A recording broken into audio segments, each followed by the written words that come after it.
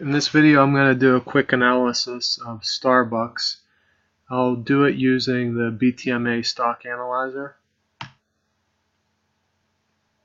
So the symbol is SBUX.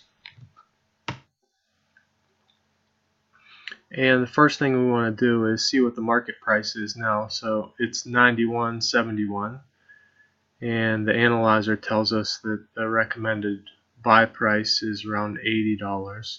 So this would tell me right off the bat that possibly Starbucks is overpriced right now according to recommended value. It says it's a good company rating. So let's look further and see what's happening here. We'll look at the fundamentals. So the scores on the fundamentals are all really good. This is about perfect on gross margin and return on invested capital, ability to recover from market crash. The EPS is good, the ROE is good, and the upward price per share is pretty good, 16 out of 17. Total score is 85 out of 100. If I click here, I'm going to see more detailed charts. So you can see overall from 2011 the price is increasing overall. EPS is increasing overall. It has ups and downs, but overall the movement is up. It's pretty consistent with increasing over the years. Okay, so market recovery.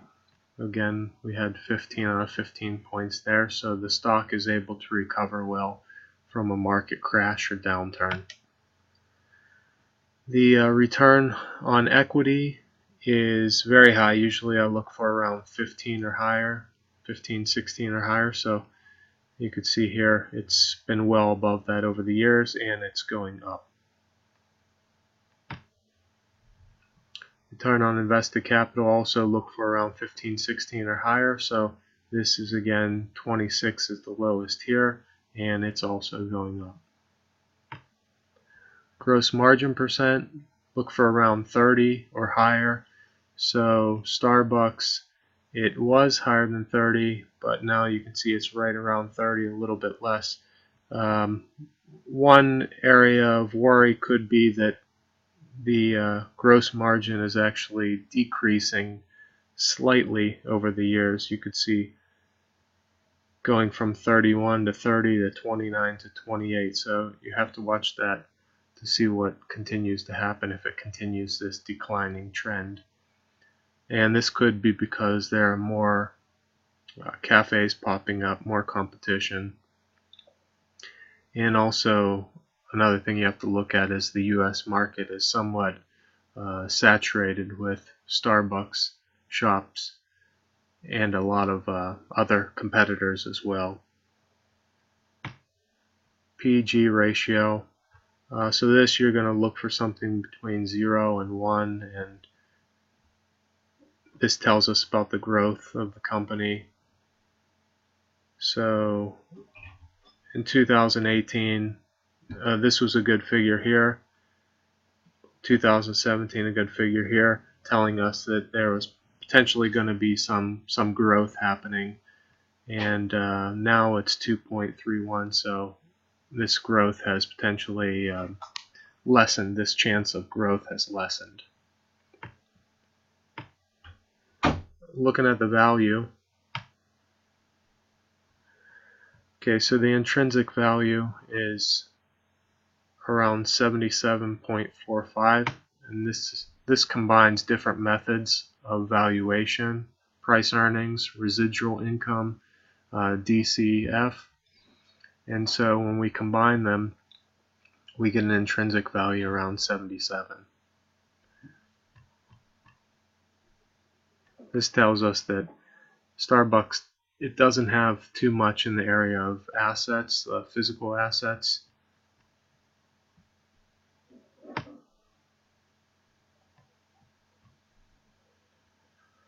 Okay, the Buffett valuation comparison. tells us that the growth, the expected annual compounding rate of return will be around 4.5%, something like that. So not great.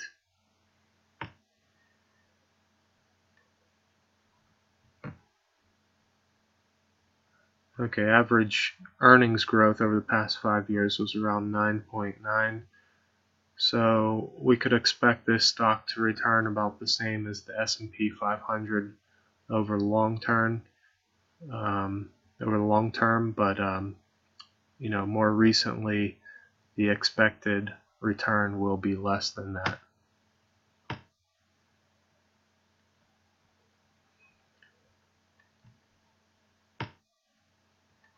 '52-week midpoint is 81.33,